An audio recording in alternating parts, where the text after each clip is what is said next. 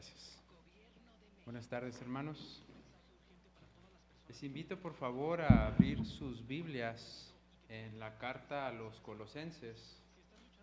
Vamos a estudiar el capítulo 1 de los versículos 1 al 14.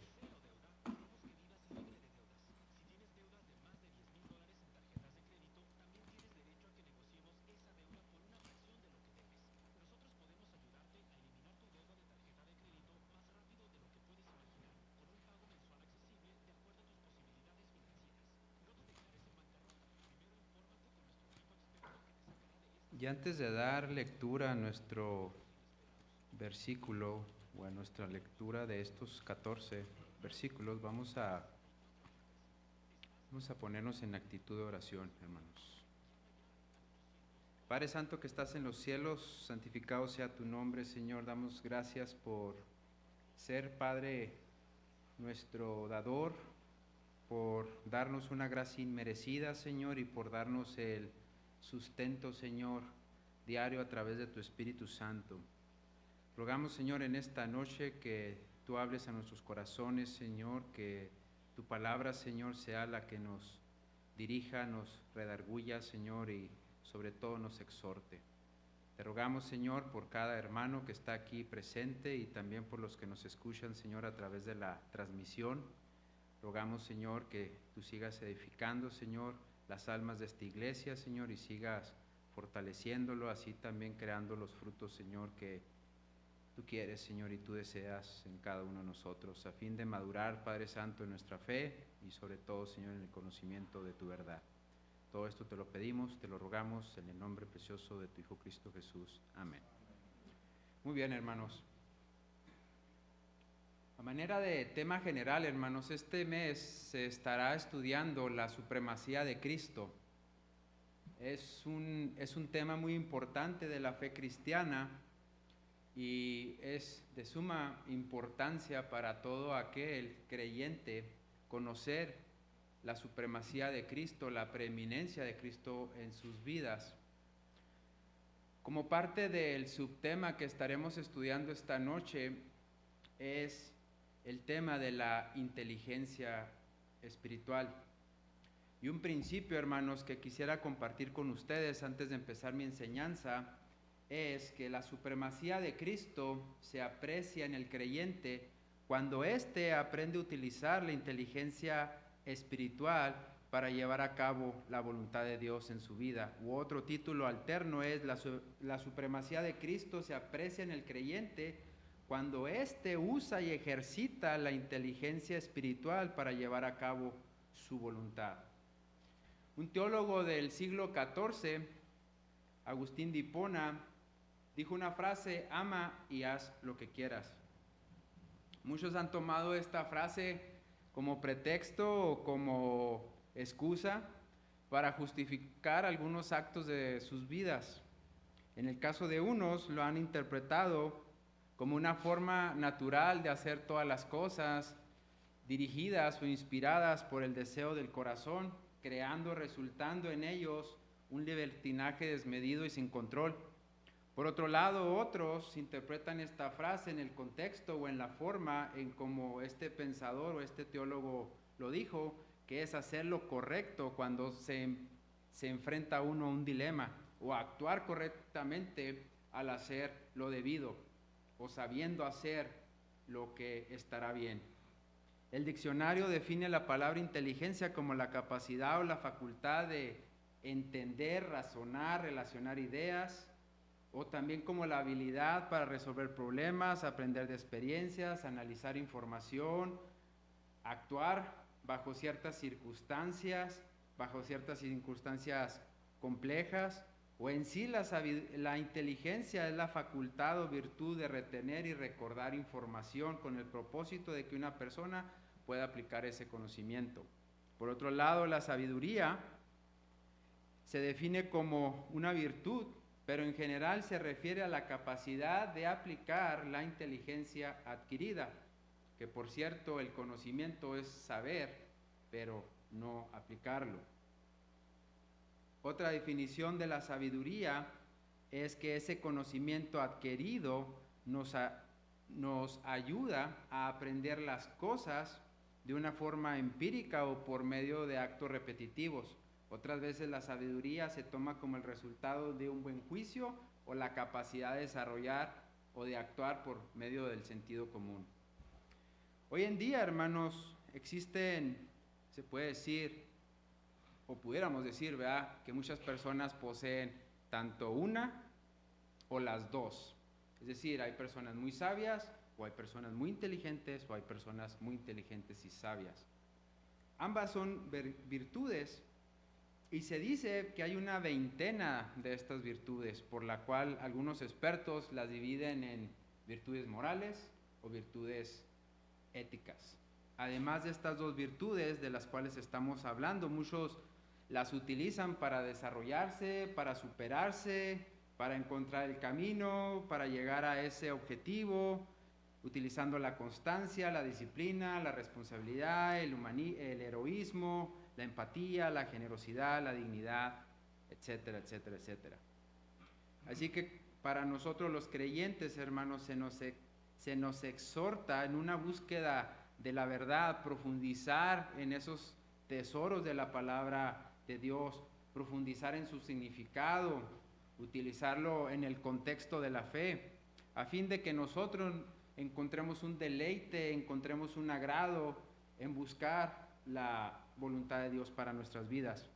Jeremías 9:23 al 24 dice: Así dijo Jehová, no se alabe el sabio en su sabiduría, ni en su valentía se alabe el valiente, ni el rico se alabe en sus riquezas. Mas alábese con esto el que se hubiere de alabar en entenderme y conocerme, que yo soy Jehová, que hago misericordia, juicio y justicia en la tierra, porque estas cosas quiero, dice Jehová. Así que para introducirnos a nuestro tema, hermanos, de esta noche y para dar un panorama general de la carta a los Colosenses, en los primeros capítulos tratará la carta de la deidad y la preeminencia de Cristo. En estos dos capítulos usted va a encontrar un énfasis precisamente en esa relación que tiene el creyente tanto con Cristo cuanto con el Padre, y asimismo usted encontrará una revelación de Cristo siendo el creador, siendo la cabeza de la iglesia. También encontrará una descripción de la plenitud divina de Cristo, tanto su deidad como su encarnación humana. También usted encontrará, como Pablo lo trata de contrarrestar o trata de contraatacar, el sistema del pensamiento gnosticista, que era como un virus, hermanos, que se estaba propagando en aquel entonces. Este sistema de pensamiento filosófico decía que la salvación únicamente se podía alcanzar por aquellos que tuvieran un intelecto alto, que no era una salvación disponible para todos. Otro sistema filosófico que se propagaba era un ascetismo judío. Este tipo de pensamiento rechazaba todo aquello que traía gozo a través de un maltrato, por así decirlo, un maltrato al cuerpo para demostrar que con eso se amaba al espíritu. Pero también caían en una conducta licenciosa en la cual encontraban ellos libertinaje, y eso estaba amenazando a la congregación de los colosenses. En los últimos dos capítulos, es decir, el capítulo 3 y el capítulo 4, Pablo hace una exhortación práctica a la manera de vivir de estos creyentes de Colosas. Es decir, que ellos tenían un deber, un hacer, ¿sí?, tanto con ellos mismos como con sus semejantes, y no solamente de una forma de conocimiento, sino de una forma visible, verdadera, como ellos habían sido renacidos en esa nueva esperanza en Cristo. Así que Pablo en estos 4 capítulos resume este pensamiento. Y a manera de introducción también veremos los primeros 2 versículos de nuestra carta. Así que por favor sígame ahí, hermanos, con su vista, y vamos a Colosenses capítulo 1, versículos 1 al 2. Aparecerá ahí en sus pantallas. Y dice, Pablo, apóstol de Jesucristo por la voluntad de Dios, y el hermano Timoteo, a los santos y hermanos fieles en Cristo que están en Colosas. Gracia y paz sean a vosotros de nuestro Señor, de Dios nuestro Padre y del Señor Jesucristo. Aquí hay algo muy importante, hermanos, que tenemos que resaltar. En el versículo 1, Pablo hace mención de su carácter. Él se presenta como un apóstol. Él se presenta también como un enviado o un comisionado de parte de Dios. Esta carta fue aproximadamente escrita entre el año 64 y 65 después de Cristo, y su autoría es del apóstol. También presenta en este primer versículo a un colaborador suyo llamado Timoteo. Él también es llamado en otras cartas como un acompañante fiel, y ahora aquí lo presenta él como el hermano Timoteo. Según los expertos, hermanos, dicen que Pablo pudo haber escrito esta carta de dos lugares. Unos caen o unos dicen o defienden que pudo haber sido escrita desde Cesarea, durante el tiempo donde Pablo estuvo 2 años en esa región. Otros, que es la versión más aceptada, es que Pablo escribió esta carta desde Roma, estando en la cárcel. Y también estos expertos dicen que Pablo, además de la carta de los Colosenses, escribió la carta de los Efesios, la carta de Filemón y la de los Filipenses. Y es importante detallar algo geográfico de esta región. La ciudad de Colosas se encontraba a 90 millas de Éfeso, pero a 90 millas de Éfeso existía un anillo de 3 ciudades, entre ellas Colosas. Además de Colosas estaba la ciudad de Laodicea y Herápolis, y todas esas ciudades o ese anillo se le llamaba el Valle del Ico. Por eso es que Pablo, cuando habla en el versículo 2 a los destinatarios, él se refiere con algunas distinciones. Él les habla de santos y fieles en Cristo. Santos, hermanos, refleja o quiere decir alguien que fue apartado para un uso especial.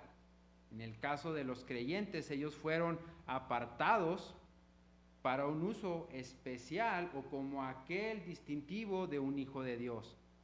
Ahora, él también se refiere a la palabra fieles. Esta otra virtud quiere decir que ellos eran santos, creyentes, fieles o verdaderos creyentes porque habían profesado a Cristo como su Señor y Salvador.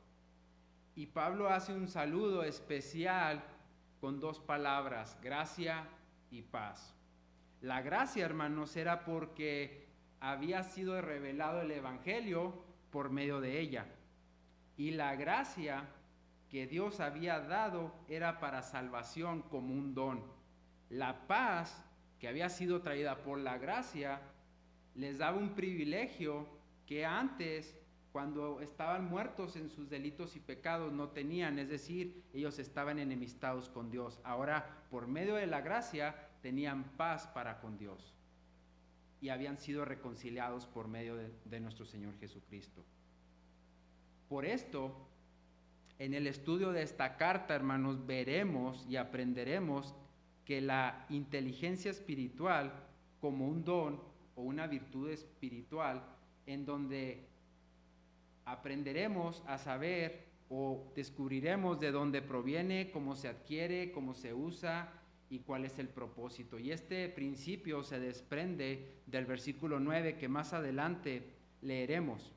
Y Pablo enseña esto a los creyentes porque quería fundamentarlos, quería darles a conocer la importancia de este don. Y por ello, el primer punto que trataremos en esta noche es el origen o la fuente de este don, de la inteligencia espiritual. Y eso se encuentra, hermanos, en los versículos 3 y 4. Vayamos a los versículos 3 y 4 de nuestra carta. Dice, siempre orando por vosotros, damos gracias a Dios, Padre de nuestro Señor Jesucristo, habiendo oído de vuestra fe en Cristo Jesús y del amor que tenéis a todos los santos. Notemos, hermanos, que aquí Pablo está diciéndonos en estos versículos y nos está enseñando que el don de la fe y el amor, como son dones espirituales, además de la oración como un medio de gracia, es motivado por un gozo de agradecer a Dios por todas sus bendiciones. Pero eso tiene un origen o una fuente única que es Dios. Por ello, la fuente principal en este punto de esa inteligencia espiritual es que Dios es su fuente o Dios es su origen. Y es por eso que Pablo habla de una oración perseverante. Dice, siempre orando por vosotros. La oración, hermanos, como medio de gracia, es un distintivo propio de un carácter apostólico, o como Pablo se presenta a los colosenses. Es mantener una oración perseverante, constante, no solamente por estos hermanos, sino por otros a los cuales Pablo escribe sus cartas. Además de este medio de gracia, Pablo menciona que la fe y el amor también proceden de esta única fuente. Además de hablar de la fe y el amor, él habla de otro distintivo que es la gratitud, aunque la gratitud no es un don, pero sí la gratitud se desprende del don del gozo. Y es un reconocimiento de estar agradecidos por ver que alguien se mantiene en fe por su fidelidad y por su carácter de santo. Así que la alegría que tenía Pablo es que resultaba en la gratitud, ¿sí?, de aquellos que él había escuchado que se habían convertido al Señor. Así que por ello, o por lo tanto, la fe y el amor son dones y frutos del Espíritu Santo que ministra con su gracia especial a cada creyente. Y es por eso que Pablo utiliza los tres distintivos para alentarles y para transmitirles el carácter de constantes y fieles. Pablo tenía la disciplina de orar, y no solo oraba por sus necesidades, sino también oraba por los demás y oraba por muchas iglesias a las cuales Pablo les escribía y les hacía saber su sentir a través de sus cartas. Efesios 6:18 dice lo siguiente. Efesios 6:18 dice, orando en todo tiempo, con toda oración y súplica en el Espíritu, y velando en ello con toda perseverancia y súplica por todos los santos. Así que Pablo, al escuchar del testimonio de estos hermanos, da gracias. Y ese testimonio, hermanos, había llegado por otro colaborador que más adelante vamos a mencionar, que es Epafras. Él había escuchado esto, él había conocido que estos hermanos se mantenían fieles, se mantenían verdaderos, pero también sabemos, hermanos, que en la situación que se mantenía Pablo no era una situación de gozo porque él estaba en la prisión. Mas, sin embargo, en este don que Dios da, permite que Pablo se regocije, permite que Pablo tenga alegría y tenga un gozo.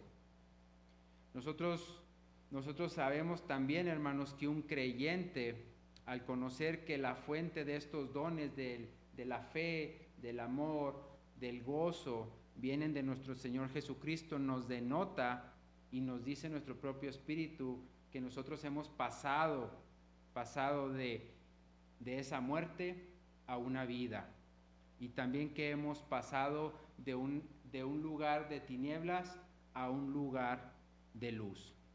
Y esto nos lo dice el apóstol Juan en los versículos, en la primera carta de Juan, capítulo 3, versículo 14, dice, nosotros sabemos que hemos pasado de muerte a vida, en que amamos a los hermanos, y el que no ama a su hermano permanece en muerte. Primera de Juan, capítulo 2, versículos 9 al 10 dice, y el que dice que está en luz y aborrece a su hermano, todavía está en tinieblas. Versículo 10, por favor. Y el que ama a su hermano permanece en la luz y en él no hay tropiezo. Por lo tanto, hermanos, la inteligencia espiritual es originada por Dios y es dada a cada creyente por el don de la salvación. Y el deseo que Dios tiene para sus hijos es que ellos tengan eso en su mente, porque cada creyente que ha nacido en Cristo tiene una mente renovada o una mente en Cristo por medio de aquella gracia que Dios dio a través de la fe y el amor. Así que el siguiente punto que estaremos nosotros estudiando, hermanos, está en los versículos 5 al 8.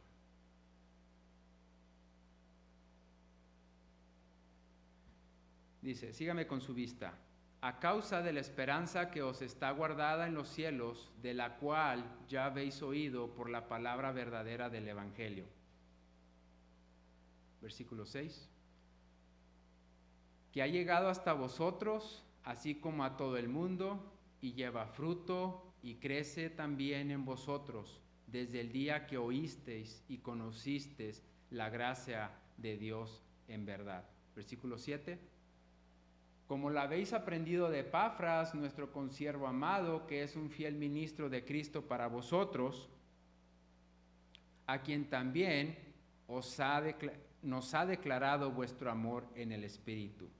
El siguiente punto, hermanos, de nuestra enseñanza es que el Evangelio enseña que hay una esperanza preservada por Dios para todos aquellos que creyeron en su palabra. Y es un incentivo para los creyentes que fielmente se preocupan en predicarla y enseñarla y compartirla a otros, para que también otros lleguen al conocimiento de la gracia y el amor de Dios para los hombres. Por lo cual nuestro segundo punto que veremos, hermanos, en este encabezado es que la inteligencia espiritual se aprende por escuchar y recibir la palabra y es predicada por hombres fieles e idóneos y escogidos por Dios para enseñarla. El apóstol Pablo en el versículo 5 habla de la esperanza, es decir, un galardón que está reservado en los cielos. Cuando la esperanza, hermanos, se menciona, además de los otros dones que ya mencionamos, tanto la fe, el amor, Pablo está estableciendo con estos versículos anteriores, o está hilando, está uniendo lo anterior con esta palabra esperanza como la facultad o el derecho de haberse despojado de ese sistema que estaba bajo las obras de la ley.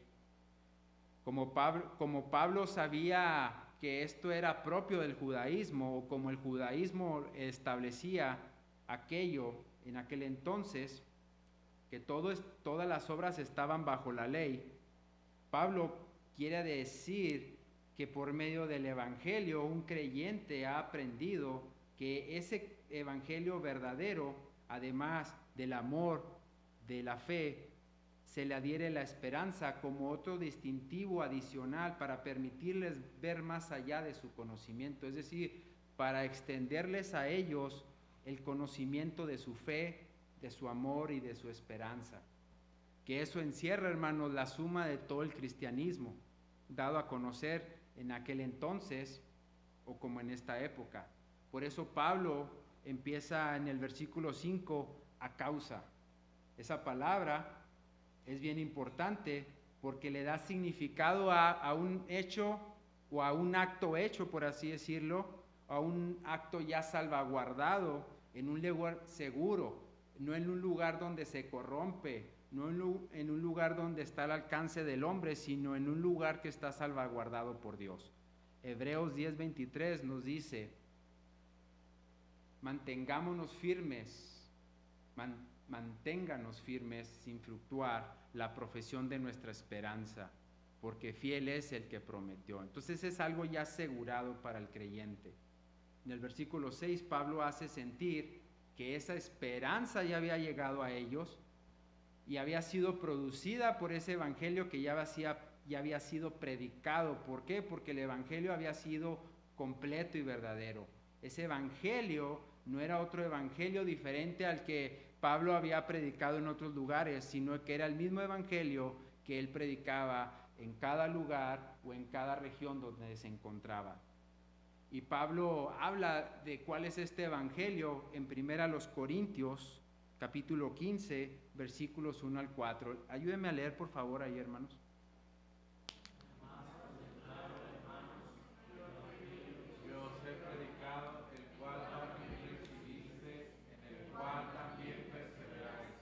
Por el cual asimismo, si retenéis la palabra que os he predicado, sois salvos, si no creísteis en vano. Porque primeramente os he enseñado lo que asimismo recibí, que Cristo murió por nuestros pecados conforme a las Escrituras, y que fue sepultado y que resucitó al tercer día conforme a las Escrituras. Entonces Pablo aquí está estableciendo todo el sistema del cristianismo por el evangelio predicado en Cristo.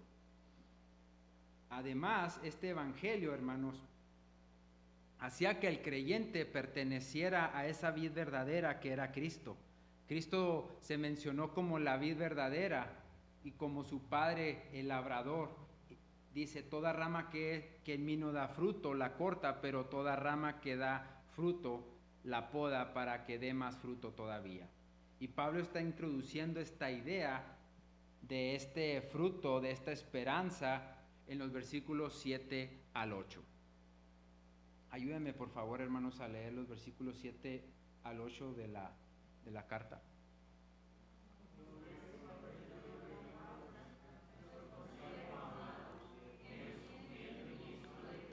Para vosotros, que también nos ha declarado.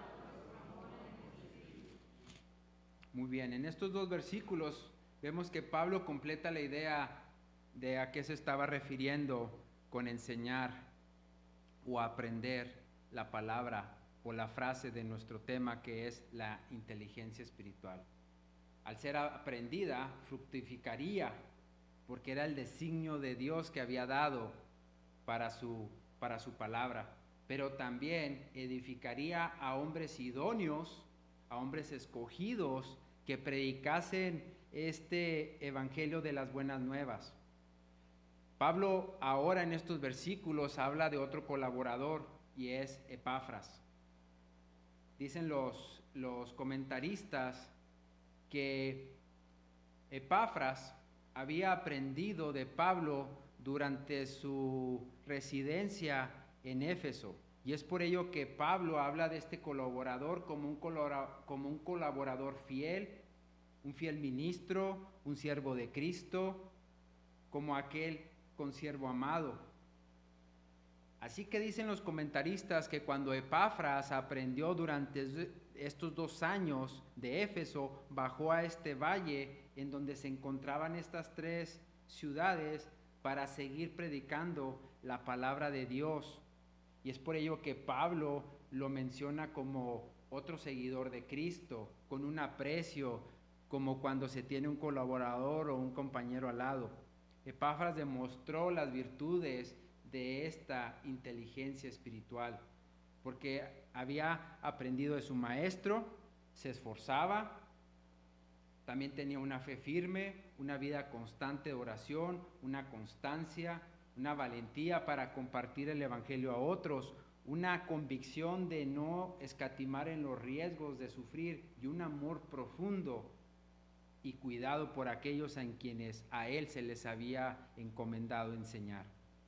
Así que los hombres idóneos, hermanos, y aquellos que se comprometen a predicar fielmente la palabra de Dios como Epafras, se preocupan profundamente porque otros crezcan, porque otros maduren, porque otros caminen en los mismos pasos de nuestro Señor.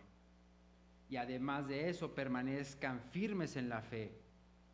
Además de eso, para producir frutos. Además, Epafras, aunque no sea a lo mejor un hombre muy común hoy en día, sí puede haber muchos Epafras, o sí puede haber muchos que se asemejen al ejemplo de él. Pablo está tratando aquí de ejemplificar con el ejemplo de él, de que él había producido esos frutos de esta inteligencia espiritual. y esos frutos, por lo cual hacía que el evangelio se seguía expandiendo por ese amor de predicar la palabra, por ese amor de enseñar y por esa convicción de llevar las buenas nuevas a los necesitados y a los perdidos. Y es por eso, hermanos, que cuando usted lee Gálatas 5:22, si nos lo puedes poner en la pantalla, 5:22 y 23, aparece un distintivo, en primer lugar, que es el amor. Si tú no haces esa labor bajo el amor, los demás que se desprenden de estos no causarán esa convicción. Y Pablo es bien enfático en esta parte al hablar de ese fiel ministro como Epafras, porque el amor es el primer fruto o es el principal fruto del Espíritu.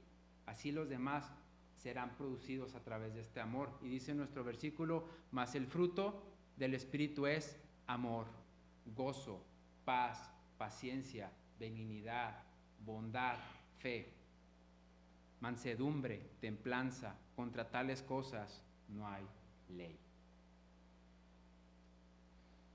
En el versículo 9 y 10, hermanos, que es donde se centra nuestro tema el día de hoy, estudiaremos o aprenderemos cómo se adquiere la inteligencia espiritual.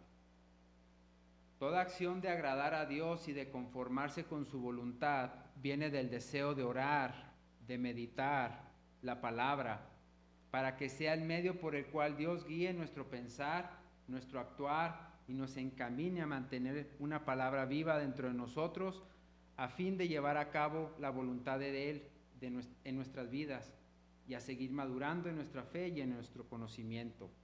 Por ello es importante decir, hermanos, como ya hablamos, es saber de dónde proviene o cuál es la fuente de esta inteligencia, saber cómo se aprende, cómo produce frutos. Y ahora Pablo nos enseña aquí qué es la inteligencia espiritual. ¿Cómo podemos saber si tenemos esto en nuestra vida? En estos versículos, Pablo entonces nos expresa la intención o el propósito de esa oración por la cual había empezado la carta a los colosenses.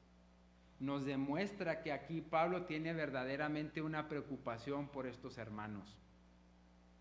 Y no era que fueran llenos solamente del conocimiento, era necesario el conocimiento del Evangelio. Ellos tenían que saber el Evangelio, pero al parecer Pablo no los está elogiando aquí por ese conocimiento, sino que en su oración la encamina hacia un propósito más sublime, más elevado, que ellos tenían que descubrir, que ellos tenían que adquirir.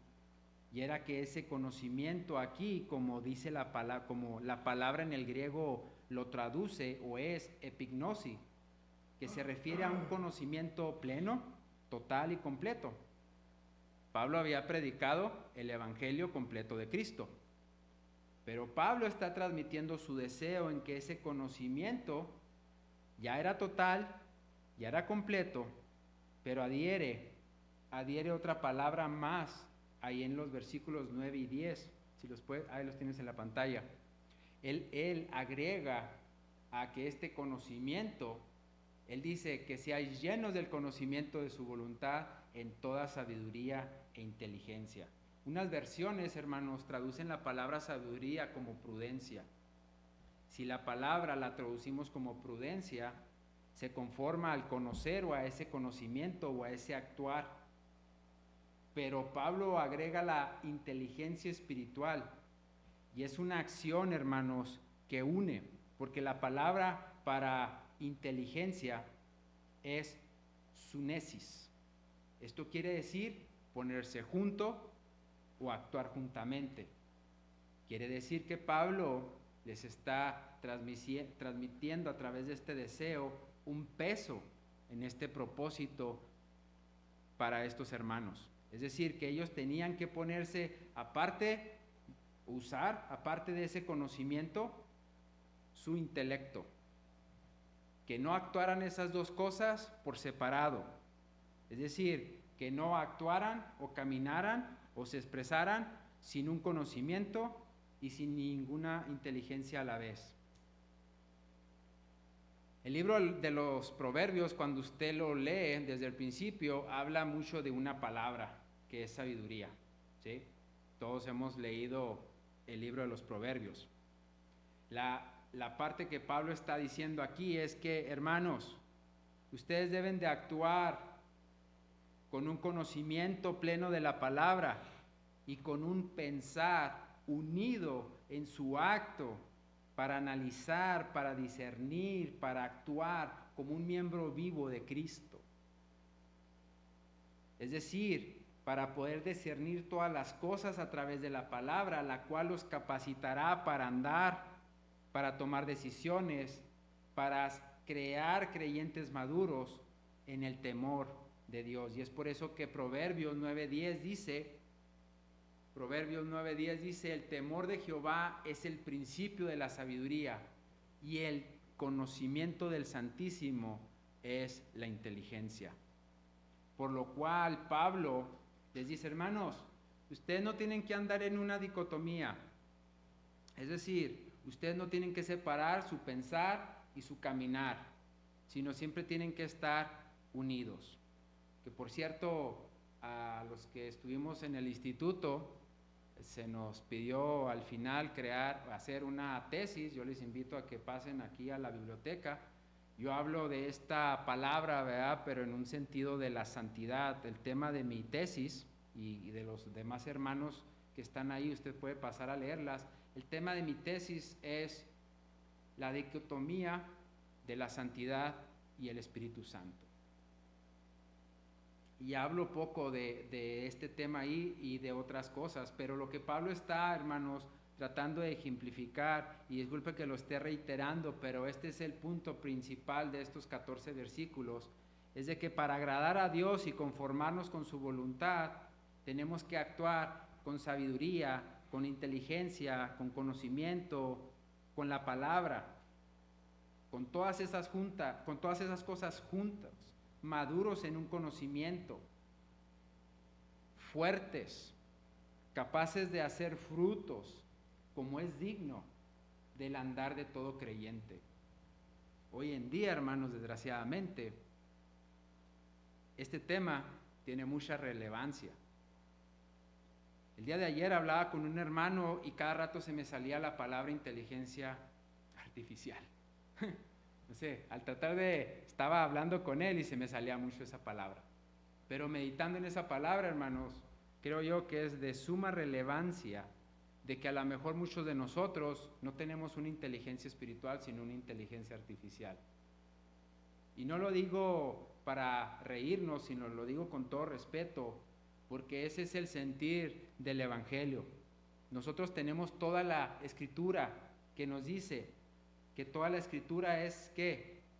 Útil, ¿sí? Para enseñar, para redarguir, para corregir, para instruir en justicia, a fin de que el hombre de Dios sea perfecto, enteramente preparado para toda buena obra. Y es triste saber, hermanos, que en las filas del cristianismo a veces no se actúa con un discernimiento espiritual. Se actúa, pero no con un discernimiento espiritual. Y es por eso que Pablo está haciendo énfasis mucho en este tema y tiene mucha relevancia. Por último, hermanos, nuestro último punto para perfinarlos hasta el final. Versículos 11 al 14 de nuestro primer capítulo a los Colosenses. Dice, fortalecidos con todo poder. Fíjense, está hablando de la parte esa, actuar de esa manera, y luego vienen los resultados de actuar de esa forma. Fortalecidos con todo poder, conforme a la potencia de su gloria, para toda paciencia y longanimidad, con gozo, dando gracias al Padre, que nos hizo aptos para participar de la herencia de los santos en luz, el cual nos ha librado de la potestad de las tinieblas y trasladado al reino de su amado Hijo, en quien tenemos redención por su sangre, el perdón de pecados. Hemos visto hasta aquí, hermanos, cuál es la fuente, cuál es el origen, Hemos aprendido o acabamos de ver cómo hombres fieles, convencidos de llevar a cabo el esparcimiento de este conocimiento, acabamos de ver qué es la inteligencia espiritual. Por último, veremos en estos 3 versículos los resultados que produce la inteligencia espiritual en el creyente, la cual nos capacita para seguir firmes, la cual nos capacita para seguir participando en la expansión del reino de Dios aquí en este mundo. Pablo utiliza 3 palabras bien interesantes en el versículo 11. Si se fija, hermanos, ahí en el versículo 11 utiliza la palabra fortalecidos, utiliza la palabra potencia y utiliza la palabra poder. Son 3, si lo leemos así sin mucho detenimiento, parecía ser que está hablando de diferentes cosas. Pero lo que Pablo está hablando es que hay un poder y viene de la palabra dunamis. Hay una fortaleza que se desprende de este poder, que es la palabra dunamo. Y hay otra palabra para potencia que es katos.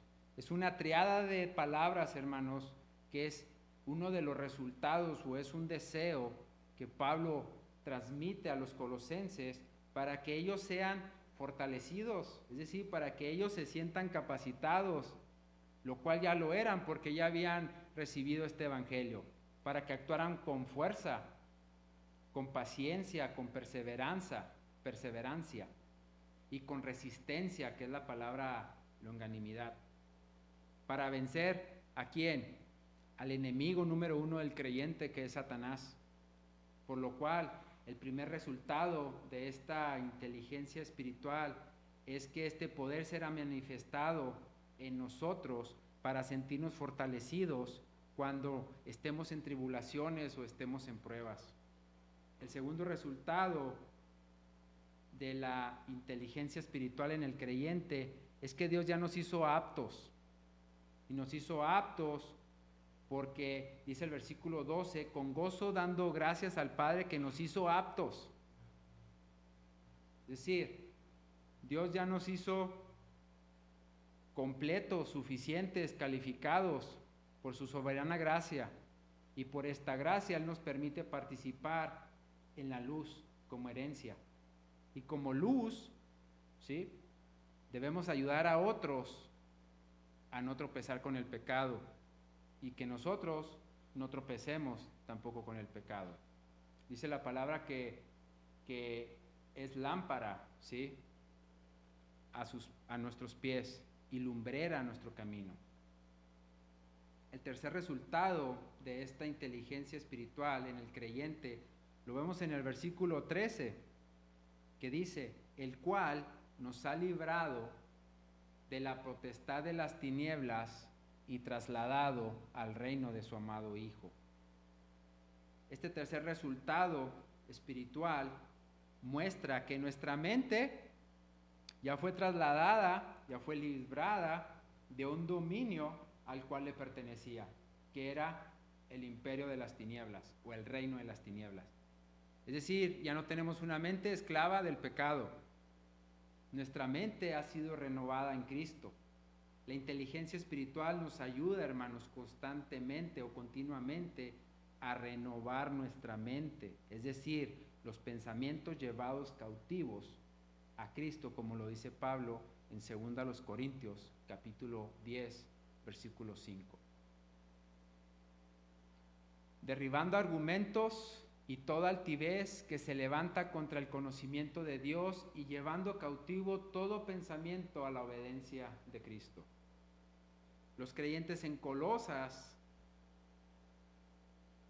tenían que saber estas verdades, porque Cristo les había implantado una mente renovada, al igual que nosotros se nos implantó una nueva mente renovada, dándonos la libertad que necesitábamos, hermanos, dándonos el poder de lo alto, haciéndonos aptos y calificados para recibir su gloria. Nos libró con ese poder con que Cristo fue librado de la muerte y nos trasladó de un reino por la muerte sustitutoria de Cristo al reino espiritual de Dios, para que ese reino, como es ahora su iglesia, manifieste ese poder, esa fortaleza, y el creyente sea apto para dar a conocer en este tiempo o en un futuro cuando estemos con Cristo reinando. Finalmente, hermanos, nuestro cuarto punto es en el versículo 14, dice el versículo 14, en quien tenemos redención por su sangre, el perdón de pecados. Este último resultado de la inteligencia espiritual en el creyente es en quién está este poder. Y está ahí en las primeras dos palabras, en quién. Ese en quién es porque todas las cosas fueron posibles en él. Ese en quién es porque Cristo nos trajo la redención por su sangre. Y ese en quién se encuentran todas las bendiciones que Dios ha derramado de antemano, o todas las bendiciones que Dios ha preparado de antemano en los lugares celestiales en Cristo. Dice la carta a los Efesios, que es una carta muy paralela a los Colosenses, que ahí, en ese lugar que Dios preparó de antemano, hay toda bendición, y es toda bendición preparada desde un lugar en Cristo, en quien tenemos redención por su sangre, el perdón de pecados.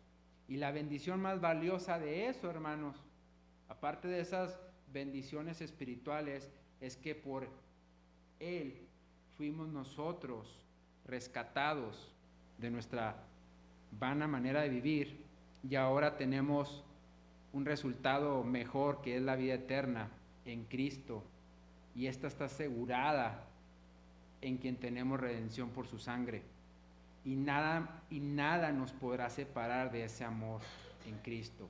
Romanos 8, versículos 35 al 38, leamos, hermanos, por favor. ¿Quién nos separará del amor de Cristo? Tribulación, o angustia, o persecución, o hambre, o desnudez, o peligro, o espada. Como está escrito, por causa de ti somos muertos todo el tiempo. Somos contados como ovejas de matadero. Antes, en todas estas cosas, somos más que vencedores por aquel que nos amó. Por lo cual estoy seguro, ni la vida, ni los ángeles, ni principados, ni potestades, ni lo presente, ni lo porvenir, nos podrá separar del amor de Cristo, que es la última. Ni lo alto, ni lo profundo, ni ninguna otra cosa creada nos podrá separar del amor de Cristo, que es del amor de Dios, que es en Cristo Jesús nuestro Señor. Así que esta mente espiritual, o esta inteligencia espiritual, hermanos, combate aquellas cosas, combate la apatía, la envidia, combate aquellos celos por medio del amor, por medio de la fe, por medio del gozo. Y termino con un pensamiento. La inteligencia espiritual es un don dado por Dios que nos concede por gracia en la búsqueda de entender y retener y actuar bajo el agrado de Dios. Desarrollar este pensamiento, la manera de este pensamiento, nos va a ayudar a buscar las profundidades de su voluntad, las profundidades que Dios nos quiere revelar para poder entender y valorar, para poder ser conformados a la mente de nuestro Señor Jesucristo. Desarrollar este don, hermanos, nos ayudará a poder discernir profundamente nuestros pensamientos bajo principios que emanan de la palabra de Dios, para actuar, para poder tomar decisiones de acuerdo a su palabra, descansar con un gozo, con una paz en aquellas decisiones que nosotros tomemos de acuerdo a la voluntad que Dios nos ha revelado en su palabra. Así que debemos buscar, ejercitar y vivir bajo esta verdad, hermanos, en nuestra vida. Es una condición necesaria que todo creyente verdadero debe aprender, debe ejercitar, a fin de profundizar esas verdades contenidas de la palabra de Dios, lo cual es el deseo de Dios para nuestras vidas. Vamos a inclinar nuestros rostros, hermanos, y terminamos con una oración.